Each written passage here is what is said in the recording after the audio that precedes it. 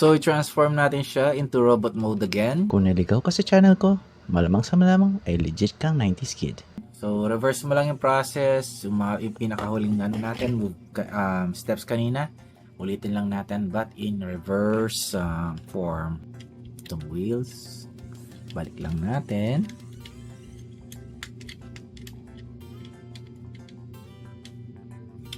Yan. Back into place. Same goes with the other side. Yan. Back into place. Untab lang natin yung connection sa legs.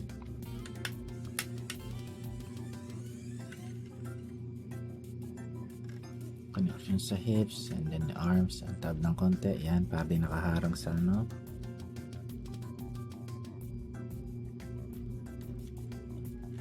Ikot natin. Ikot. Pag-pair natin yung ano, blue side para sa paa. Then, position lang natin dito. Yan, sakto yan. Same goes with the other one. Okay guys, ito yung sinasabi ko. Lumuwang to. So, hindi ko ma-lock, diba? Push lang natin konti. Papaloob. Yan. Dapat nakatago yan. Ayan.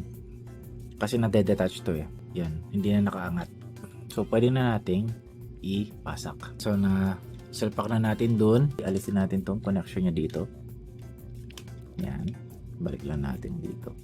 Same goes with the other one. Yan. Balik lang natin din. Snap into place. Snap into place. Yan. And then detach natin legs. So, ibalik na natin to dito. Punta dito. So, bago natin gawin yun, iangat muna natin to. And then again, yung dalawang gulong, i-detach natin. Ayan. Okay. To give way for this pelvis to go up.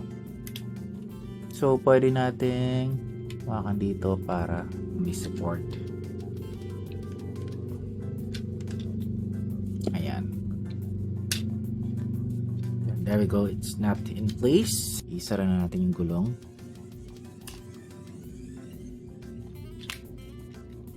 Same goes with the other one. Sara na natin yung gulong. Ayan, there we go. So, okay na paa. Iangat na lang natin itong konti. And then ito, lock into place. Same goes with the other one. Angat. Lock into place. There we go. Ayan, okay na yung paa. Tago lang natin to. Ayan. Secured into place. Ayan. Ipala pa siya. Ayan, tab lang natin to. Same goes with the other one. Baba. Baba. Tupi. Ngayon. Tupi. Tabing isa. Tupi. Yan. Yung kaninang nakatupi. Tupi natin ulit. Ayan. Again, pwedeng makatulong na hawakan nyo dito para hindi masira ang unit niyo. Mas mapapadali if yung arms is iangat natin. Para hindi tayo mahirapan sa pag-transform. Ayan, inangat natin yung arms para hindi mahirapan sa pag-transform. Tapos tong side na to, iangat rin natin para makadaan yung mid portion. Kailangan natin balik sa dating form.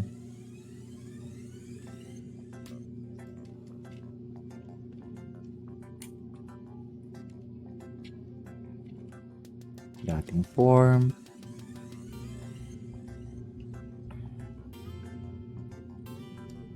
So, baba natin para ma-rotate natin mamaya. So, ready na yan. Rotate natin yung upper portion. Ayan, kikita nyo. Upper portion lang ang i-rotate natin. And lower. So, mid lang ang mag-move. Same goes with sa legs. Rotate mo rin. Ayan. So, pwede na to. Pantay na yung legs. Pantay na yung torso. Pantay na yung chest. So, ibaba na natin to. Pwede na siguro natin itong baba. Ayan, baba na natin. Para mag-lock into place na ang kanyang frontal part.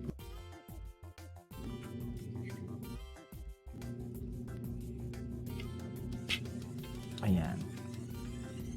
Ayan, fit nyo lang maayos. Yan, ayusin lang natin tong back section ng legs niya. Iaangat na natin ang head niya. So, remove lang natin tong ganyan. Ayan. Fold lang natin. Then, itab lang natin dun. Ayan, nakatab. Nag-snap into place. Then, move nating head pabalik. Ayan na siya. Ayan. So, sakto lang natin. Kasi gagamitin natin yung section na to mamaya. Ayan. Iangat lang natin ang horns niya. Or parang receiver sa tenga.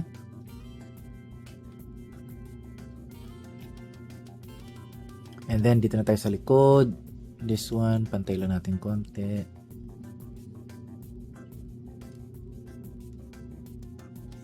Natab siya dun. So, yun. Itatab natin into place.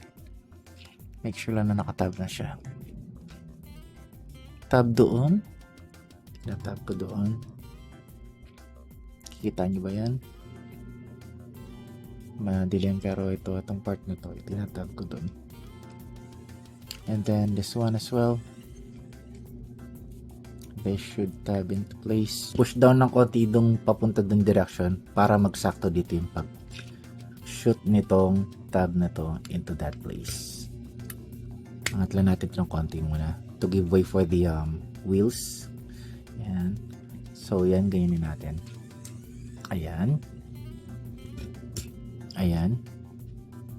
And then ito fold lang pa ganyan para make sure na sakto sila, pantay. Fold din. Yan. That's how it looks. And then, i-snap lang natin to para mag-lock. Ayan. So, konti na lang. Yung arms. Balik natin to. Ayan. Balik natin tong arms. Baba. Tapos to. Enough natin ganyan. And then ganyan. Ito. And then ganyan. Tapos labas natin ang kamay ni Optimus.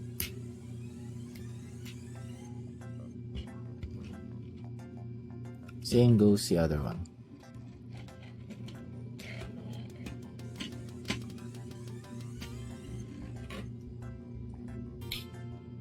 Snap into place. Snap into place. Open the arms. I mean the palms. The hands. Ayan. Ayan. So, there we have it. Si Optimus Prime. Medyo matagal-tagal nga lang kasi nga the fact na marami itong articulation, understandable na medyo matagal i-transform. Nakalimutan ko palang i-babato kanina. So, yeah, yun lang yung pinaka-final step.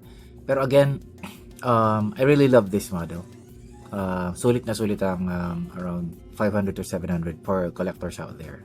Matibay siya, maraming articulation, and then hindi mo isipin na KO version lang siya. Additional pala, etong paa, ayan o, may articulation din para mas sturdy kapag pinapost mo.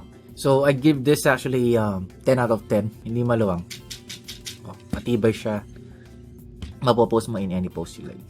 Ang minor na pwede nilang gawin dito is yung head. Hindi kasi natitilt siya todo pataas. So, kunwari, gusto mong parang naka-display sa matas tinitingnan mo yung tsura niya. Nakayuko siyang ganun. Pwede mo naman siyang ilagay sa isang, yan, nakikita nyo yung butas dito sa, sa likuran niya.